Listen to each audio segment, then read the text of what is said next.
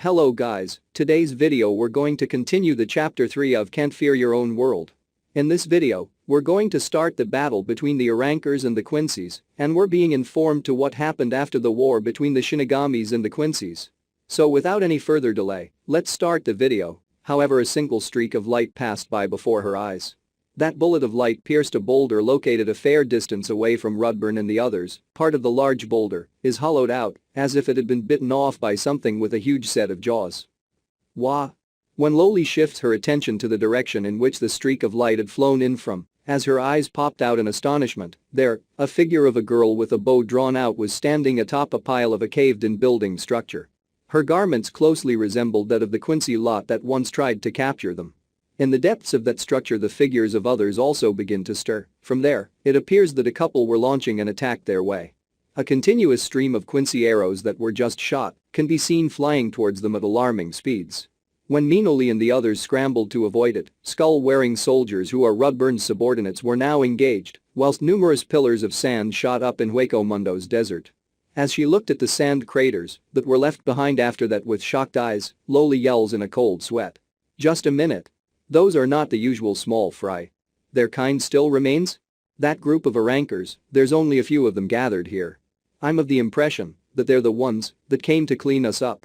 Whilst clutching a small bow with a design that was reminiscent of shark teeth, the small girl spoke with a straight face.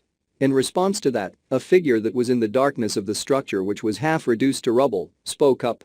So you mean, we only have to get rid of a few small fry? And you missed your target at this distance? Wow, you suck. It's because you haven't been practicing properly, isn't it? You're such a nag. You'd better get to work too. This is a chance to increase our pawns, you know, Gigi. Then, the Quincy that was known as Gigi, Giselle Duell, replied as she displayed a mechanical smile which made it impossible for others to read her emotions. My power can only temporarily allow me to zombify hollows, you're aware of this, right?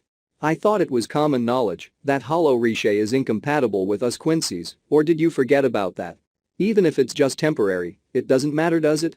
Everyone other than Bambi is disposed of anyway, and even if they're able to undo zombification over there, the situation is practically the same. You're tired, I don't like it. Lil might as well become my zombie, how about it? Lil tilted her head as she responded to Gigi, remaining expressionless. Liltato Lampard gave her companion a tongue lashing. Do you want me to eat you, Dumbus? No, never mind. If I eat Gigi I'd probably get diarrhea. Isn't that a bit harsh? I think it's a terrible insult to eat a girl and then get digestive problems. Hey, don't you think so too, Bambi-chan? Looking at the girl with dark red skin who was placed like a doll in a corner of the wreckage, Gigi maintained her mechanical smile as she sought the girl's agreement. Yes, just as Gigi, it's just as Gigi says. So Gigi, please, blood. Ugh, Bambi-chan is really greedy, huh? If you want to speak selfishly to me, you get the picture, right? Because Bambi-chan is smart, isn't she? She's clever, right? I understand, defeat enemies, like, to protect, Gigi, that's why, blood. Watching Bambietta Basterbine, the corpse with the reddish skin rise up, unsteady on her feet, Lil spoke as if she was somewhat amazed. Why does it feel like her injuries aren't completely healed and her speech has become more ambiguous than before? Is she Frankenstein's monster? It's as if she's become some freak that is just straight out of a forest and into civilization. It's okay, if I give her blood I can fix her up nicely.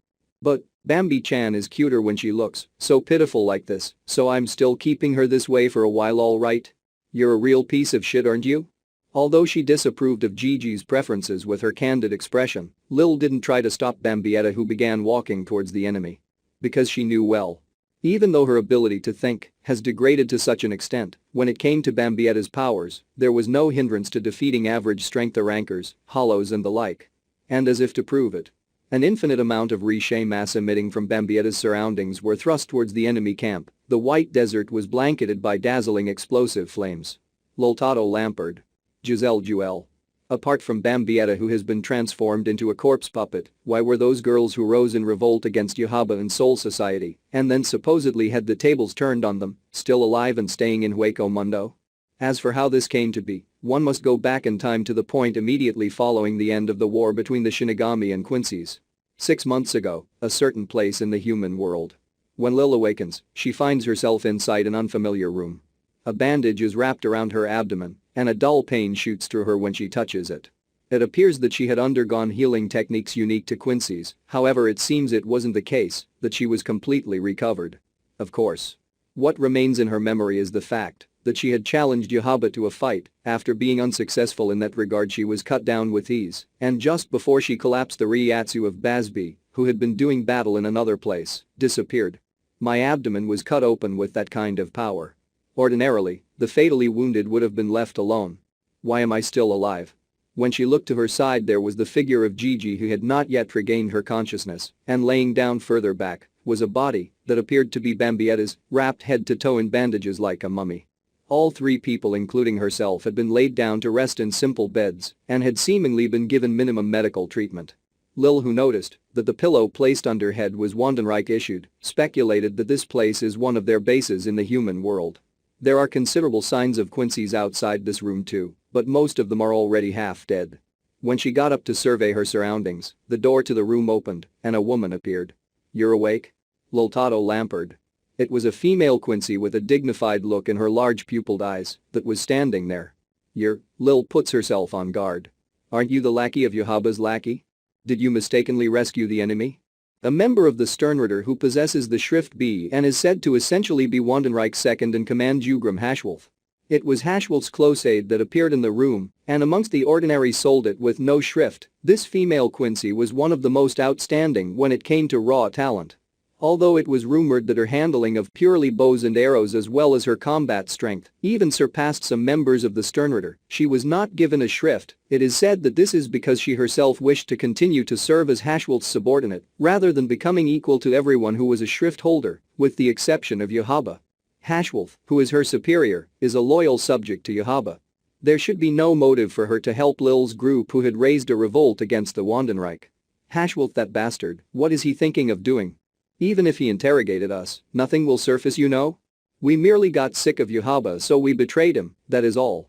Judging from Hashwolf's cautious nature, is it not reasonable for him to speculate that those who betrayed the Empire had the backing of the Shinigami or some other organization attached to them? In response to Lil, who thought as such, the Quincy woman shakes her head a little. Hashwolf-sama was killed in action after giving his strength to His Majesty. Huh.